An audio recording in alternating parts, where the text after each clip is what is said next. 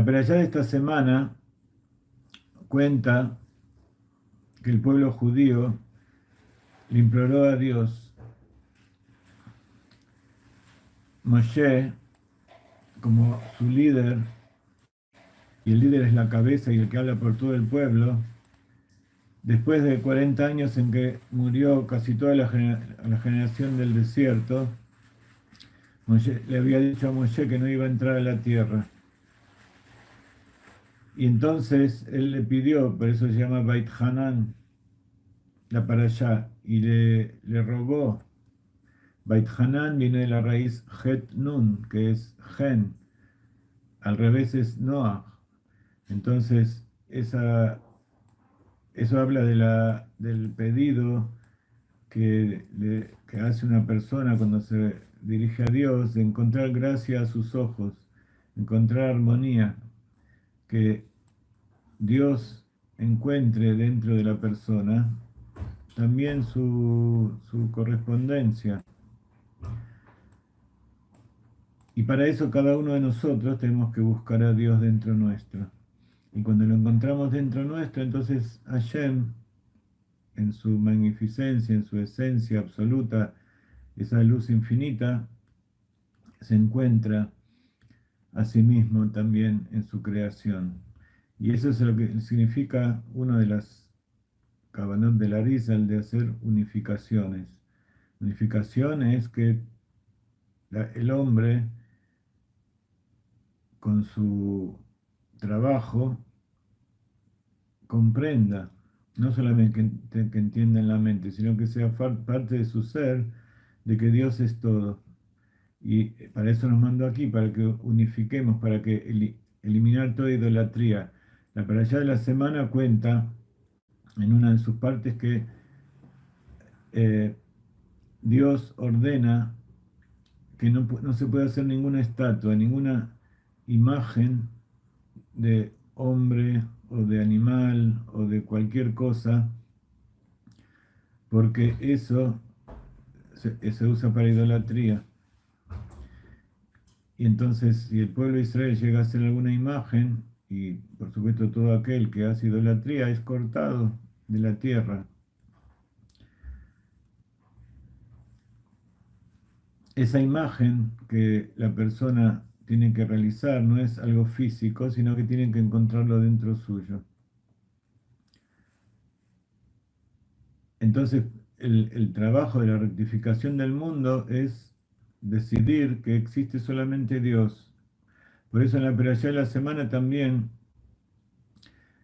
Moshe repasa toda la Torá, ¿sí? Continúa como desde el principio del libro. Él describe el éxodo de Egipto, describe la entrega de la Torá y declara que esas maravillas, esos eventos que hizo Dios a los ojos de todo el pueblo de Israel, son eventos sin ningún precedente en toda la historia de la humanidad. No hubo nunca milagros como esos en que Dios se reveló en forma eh, plena a los seres humanos para decirle cuál es su voluntad y qué es el objetivo del hombre, que es unirse. Entonces le dice, ¿alguna vez ocurrió este gran evento o algo similar? ¿Alguna vez se oyó?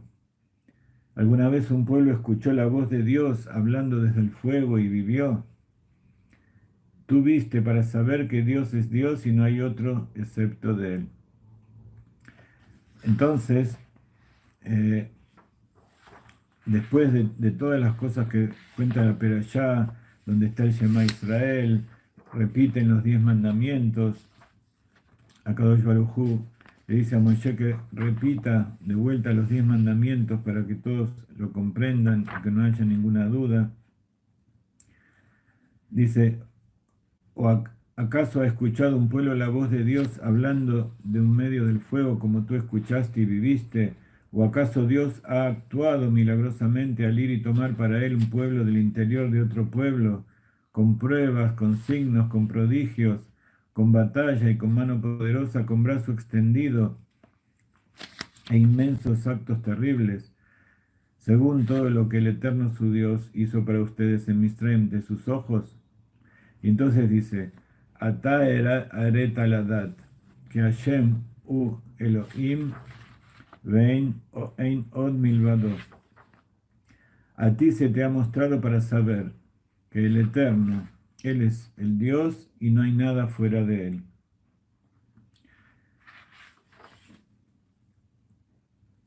Entonces, a ti se te mostró para saber. Entonces, hay un precepto que el Rambam lo enumera como el primer precepto, que es conocer a Dios, que hay una existencia primera, que es aquel de donde surgen todas las existencias, se llama Matsui Rishon. Y él lo enumera como la primera mitzvah, y él toma como base para esto que Dios en los 10 mandamientos dijo, Anoji Hashem Elokeja, Asher Otzetija Meretz Mitzrayim, Mebet Avadim.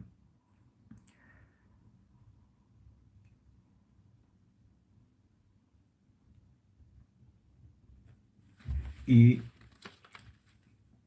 entonces en el resto de la perashá, Moshe Rabbeinu reafirma y vuelve a decir una y otra vez que lo primero que tiene que hacer la persona es conocer a Dios. Y entonces eso es el Hasidut. El Hasidut es más que conocer a la persona, que es de lo que se ocupó la humanidad durante todos estos miles de años, y eso es el mensaje del pueblo de Israel, conocer a Dios. Eso es el objetivo, porque de ahí surgen todos los demás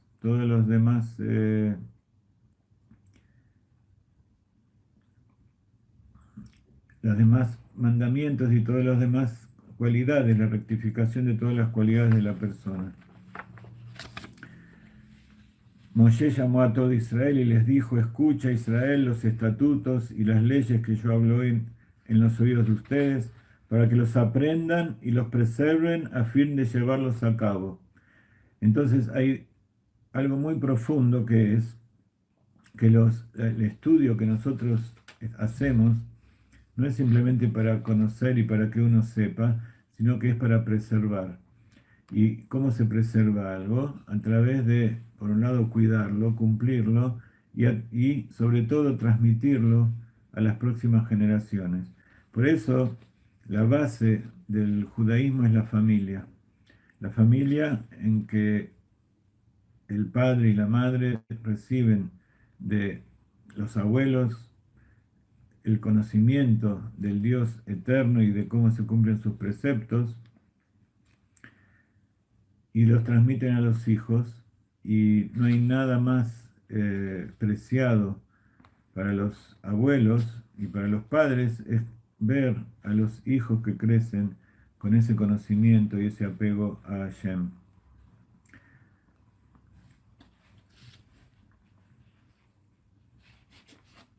Moshe llamó a todo Israel y les dijo, el Eterno nuestro Dios hizo un pacto con nosotros en Joreb, Joreb es el monte Sinaí, no solamente con nuestros padres el Eterno hizo este pacto, sino también con nosotros, los que estamos hoy aquí, todos vivos.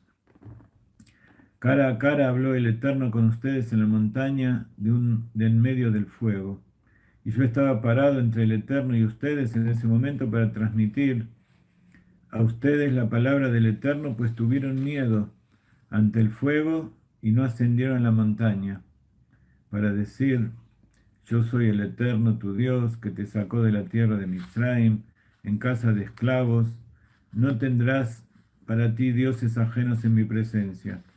Son los dos primeros preceptos que encierran las dos clases de preceptos de mitzvot que tiene el judío, que es preceptos positivos, que como decíamos lo primero es conocer a Dios, y preceptos negativos, que es alejarse de la mentira, y eso es lo que representa Elohim Ajelim, aquellas creencias en el sol, en la luna, y todo eso que hace que la persona se aleje de Dios. Rabí Berajá dijo, así dijo Moshe, no digan que yo engaño a ustedes con algo que no es cierto, como hace el intermediario entre el vendedor y el comprador. Vean que el vendedor mismo habla con ustedes.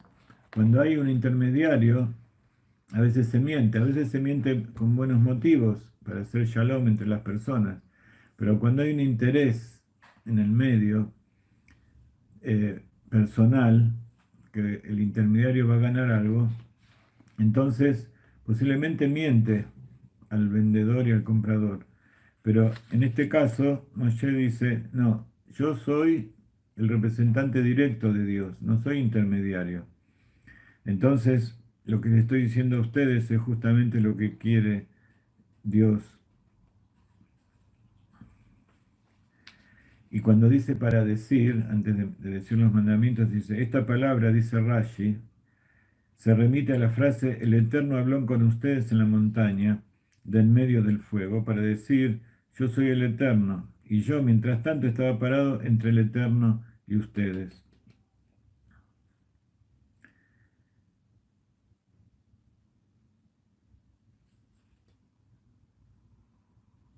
Cuando dice, en mi presencia, no tendrás para ti dioses ajenos en mi presencia,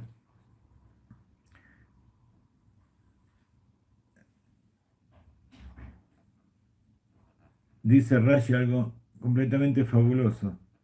Es decir, en todo lugar en el que yo esté, y eso se refiere a todo el universo.